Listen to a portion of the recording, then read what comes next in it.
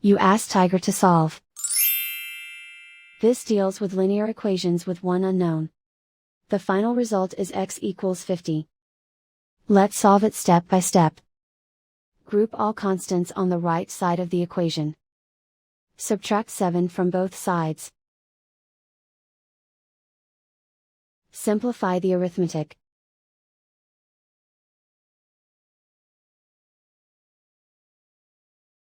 Isolate the x. Multiply both sides by 5. Group like terms. Multiply the coefficients. Simplify the fraction. Simplify the arithmetic. And so the final result is x equals 50.